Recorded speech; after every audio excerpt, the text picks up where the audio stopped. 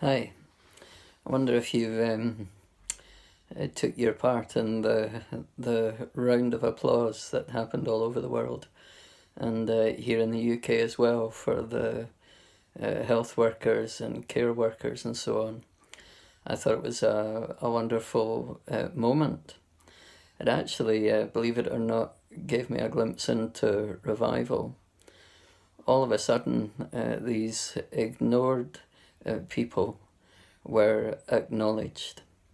And I think, if I was to give my definition for what I hope for in revival, it would be that the ignored God who blesses us and blesses the world in so many ways, the ignored God would somehow be given his honour and given his praise and given the thanks that he is due.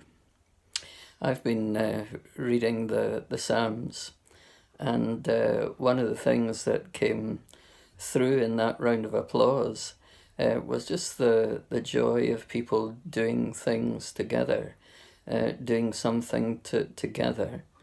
And in my reading in the Psalms today, I said in a previous blog that I'm just working my way through the Psalms from the back to the front for some reason. And I've reached Psalm 133 today. And there we're told these familiar words: "Behold, how good and pleasant it is when brothers dwell in unity." And an alternative translation of that is just, "Behold, how good and pleasant it is when brothers dwell together." It's a good thing to be together. Of course, there are tensions in that, and no doubt the psalmist was totally aware of that. There can be tensions when God's people come together. But it always interests me that despite all that, whoever wrote this, they never came to the place where they wanted to rewrite this. They wanted this to stand, that despite every difficulty, there's a good thing, there's a blessing when we're not on our own, but when we're together. And the psalmist goes on to express a couple of examples that if we're not enjoying the blessing of together, something is missing from our lives. It's like a high priest who's fully adorned in all his apparel, but without the anointing oil. Something terribly precious is missing. It's like mountains or landscape without dew, without the life-giving dew resting upon it. There's something terribly important missing. And so the psalmist is saying, just as a fully garbed high priest without the anointing would be missing something, and land without dew would be missing something, so in our lives, if there's not an experience of together, then we're missing something. I think it's important to hold on to that, especially in these days where many, in a very physical way, are having to experience isolation. I hope in this time of enforced isolation that we'll somehow try and keep hold of the blessing of being together. It might be that you experience that blessing just in your prayers as you pray for other people. It might be that you receive it through communicating with people online through social media or whatever. It might be a phone call. Whatever it is, let's remember what the psalmist teaches us, that there's a blessing that's missing from our lives if we have not got room and space for this together.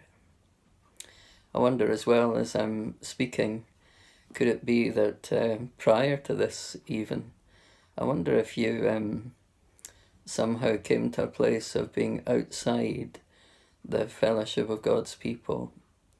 There's been many surveys done, and it shows there's thousands and thousands of believers, certainly in Scotland, who still claim to be believers, but have no real room in their lives for the church, for an active gathering with God's people, for an active experience of face-to-face gathering and face-to-face fellowship. I wonder if that's you. I wonder if you'll maybe be able to think about the challenge of this psalm. You maybe got into that place of isolation for what you feel are reasons of protecting yourself.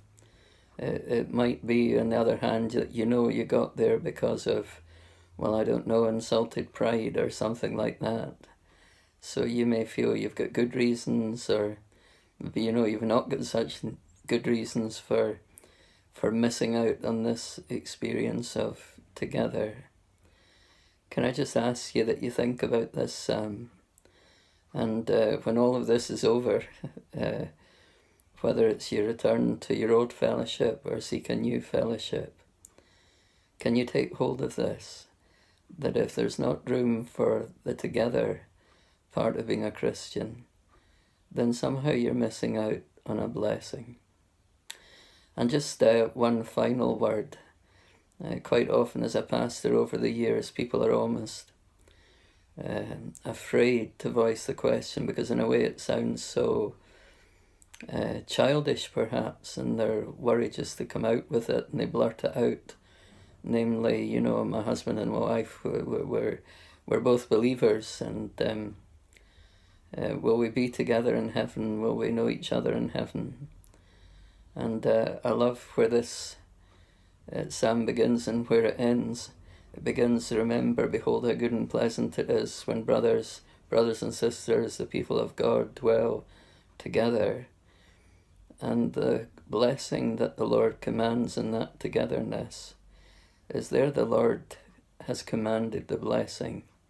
And then it says this, life forevermore. That life that we enjoy together in the Lord is not going to be broken, because togetherness in Him is something that He blesses with life forever. It lasts eternally. And just as death can't interrupt the fellowship that we have with Jesus, death can't interrupt the togetherness of the people of God. So there's some thoughts from Psalm 133, especially in these days. Try and make some effort somehow to think of and to do what you can to make real the blessing of being together, the place where God commands a blessing of life, the place where God commands a blessing of life that will never end. It's His own life, His own presence. So God bless, and I pray that these thoughts from the vlog cabin, I pray that they'll help you and be a blessing to you this day. Bye for now.